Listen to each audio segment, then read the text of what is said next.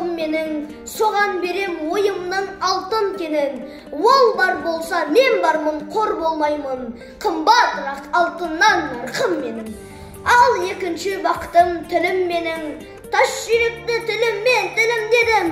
Кейде дүниеден түңілсем де, қасиетті тілімден түңілмедім.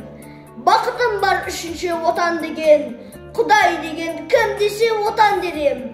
Оты сөнген жалғанда жан барсың ба, ойланбай-ақ келдағы отал менен.